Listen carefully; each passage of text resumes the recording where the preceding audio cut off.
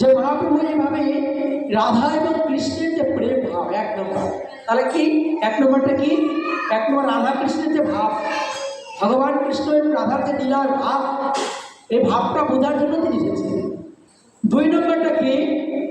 দুই নম্বরটা চৈতন্য মহাপ্রভু চিন্তা করলে এই জগৎ সময় বদ্ধ জীব, এই জীবকে কিভাবে উদ্ধার করা যাবে?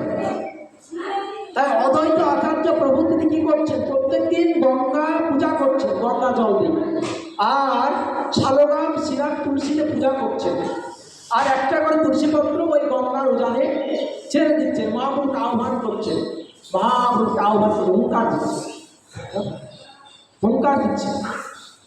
আর এইভাবে দিতে দিতে একদিন দেখছেন নদীর স্রোত কোন দিকে যায় বলেন তো? উজানে না ভাটিতে?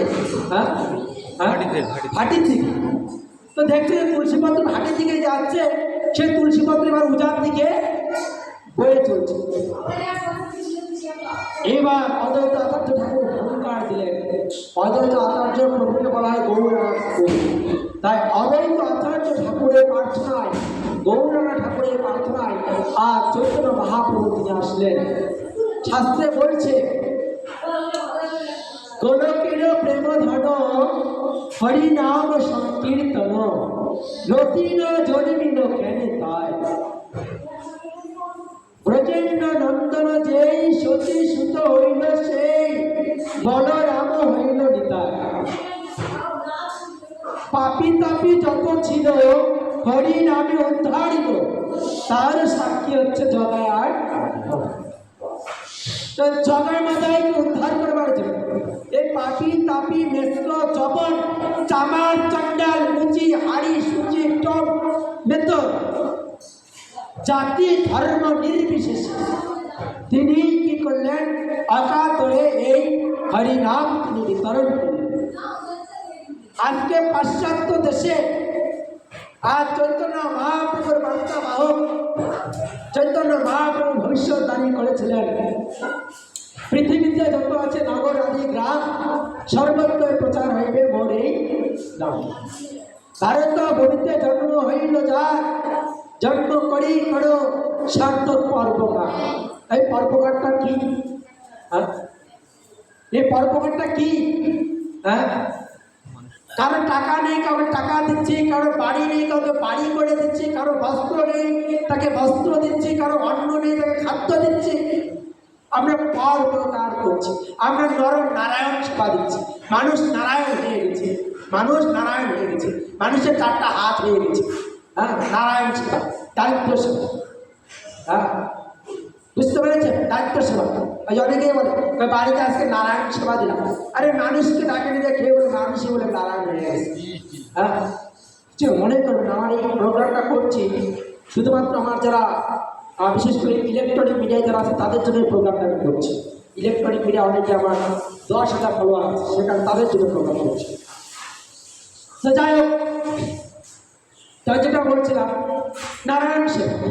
তো পরোপকারটা কি? পরোপকারটা হচ্ছে একজন ব্যক্তি হারিয়ে গেছে, কেউ তাকে খাবার নিয়ে যায় দিচ্ছে, কেউ তাকে জামা নিয়ে যায় দিচ্ছে, কেউ বিস্কিট দিচ্ছে।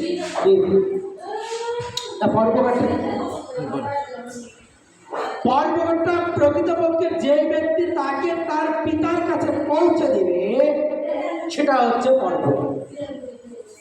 পিতার কাছে পৌঁছে দেবে। আমাদের মাঝে উপস্থিত হয়েছে বরিষ্ঠ ভক্ত শ্রীপাদ সাধন কৃষ্ণদাস, সাধন কৃষ্ণ পাল প্রভু মহাশয়, প্রবর্ধন সহায়িকা নিতাই গৌর প্রেমানন্দে হরি হরি বল।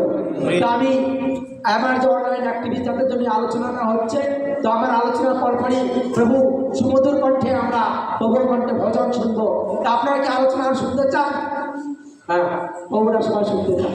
তো আমি যেটা বলছিলাম আমার স্মৃতি থেকে বলছি, চাই এইভাবে আমি কিন্তু বই থেকে বলছি, আর যেগুলো বলছি এগুলো সব শাস্ত্রগ্রন্থ থেকে আমি বলছি। তো কি হয়েছে এই লীলা রসের কথা বলছিলাম। এখন কোথায় আলোচনা থাকছিলাম? কি বলছিলাম? কি বলছিলাম? কি বলছিলাম? হ্যাঁ কি বলছিলাম কি বল তো যাই হোক তো এইভাবে আমরা দেখছি যে এই রাধা বলছে যে পাপি তাপি যত ছিল হরিনাম উদ্ধারিল তার সাক্ষী জগায়। তো এইভাবে চৈতন্য মহাপ্রভু তিনি আমাদের সমস্ত পাপি তাপি যা আছে সবাইকে উদ্ধার করবার জন্য তিনি এই গোলকের প্রেম বস্তু তিনি আমাদেরকে প্রদান করবেন। গোলকের প্রেম প্রেম তো এই প্রেম বস্তু প্রদান করলেন পরোপকার। আপনারা যদি পরোপকার করতে চান তাহলে সেই পরোপকারটা করুন, সেটা হচ্ছে আপনারা কৃষ্ণ নাম প্রচার করুন। কি নাম প্রচার করুন? কৃষ্ণ নাম প্রচার করুন। মহাপ্রভু বলছে যাকে দেখো তাকে কহ কৃষ্ণ উপদেশ। যাকে দেখবে, মহাপ্রভু ঝাড়িখণ্ড দিয়ে গেছেন। আমি কালকে রাত্রে অনেক লীলা বলছিলাম। মহাপ্রভু ঝাড়িখণ্ড দিয়ে যাচ্ছে, পথের মধ্যে একটা ব্যাঘ্র মানে বাঘ শুয়ে আছে। মহাপ্রভুর পা গিয়ে চরণ গিয়ে বাঘের লেজে পড়ছে। কার লেজে পড়েছে? আপনার পা যদি বাঘের লেজে পড়ে বাবা কি হবে? সামান্য একটা কুকুরের পা লেজে যদি পা পড়ে কি হবে? হ্যাঁ কামড় দেবে না? মহাপ্রভু ঝাড়িখণ্ড দিয়ে যাচ্ছে, সঙ্গে দুজন মহাপ্রভু পার্শ্বদ রয়েছে। তা মহাপ্রভু যেই বাঘের লেজে পা দিয়েছে ব্যাঘ্র, আর ব্যাঘ্র এইরকম করে উঠেছে ভয়ঙ্কর মূর্তি ধারণ করে। আর মহাপ্রভু বলছে বল বল বল। আর তখন বাঘ এখন এইরকম দুই হাত তুলে এখন মহাপ্রভুর সঙ্গে হরিনাম করছে। হ্যাঁ এইভাবে প্রথমে বাঘ নৃত্য করছে, তারপরে কিছুক্ষণ পর আবার হরিণ চলে আসে। দেখুন যে শিয়াল যে হরিণ বাঘ দেখলে হরিণ পালিয়ে যায়, সে হরিণের আর ভয় নাই। কি নাই ভয়? কেন? যে মহাপ্রভু আছে।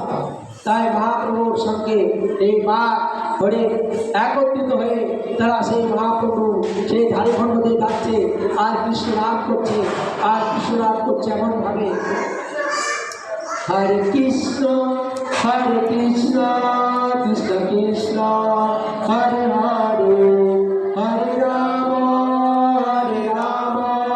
রাম রাম হরে হরে হরে কৃষ্ণ